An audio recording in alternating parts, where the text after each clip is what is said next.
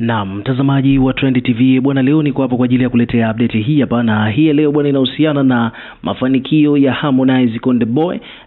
Ukipita katika page yake ya YouTube huko na sehemu nyingine tofauti utaona kabisa kwamba Harmonize anafanya vizuri kupitia ngoma mbili. Moja ameshirikishwa, moja ni ya kwake Furaha ambayo iko namba 2 on trending katika platform kibao, lakini pia katika streaming platform huko iko namba 1. Lakini YouTube imekamata nafasi ya pili, huku nafasi ya kwanza ni nyimbo ambayo pia Harmonize ameshirikishwa na Abigail Chams ambayo inakwenda kwa jina la Me Too, moja kati ya track ambazo zinadhihirisha kwamba Harmonize kweli kwa mwaka huu hapa 2025 ameuanza vizuri sana.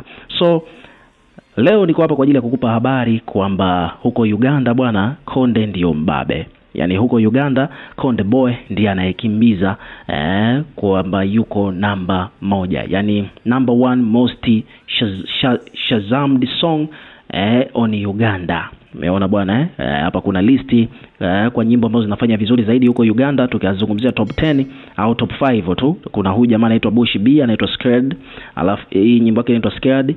Namba 4 ni Sholi Poppy, nyimbo inaitwa Laho.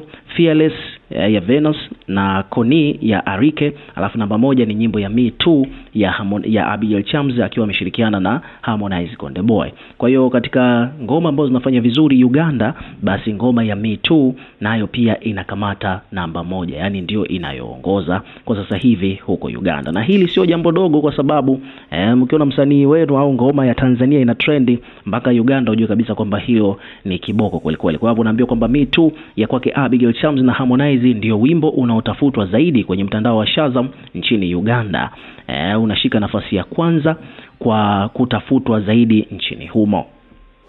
So kutokana na mafanikio hayo, ukiwa kama mdau una maoni gani? Hebu na wewe pia tuwekee maoni yako hapo chini katika comment section. Tutakuwa tukisoma na kureplay kila comment ambayo tutakuwa tunaiona, lakini pia vile vile hakikisha una subscribe kwa ajili ya kupata update zaidi.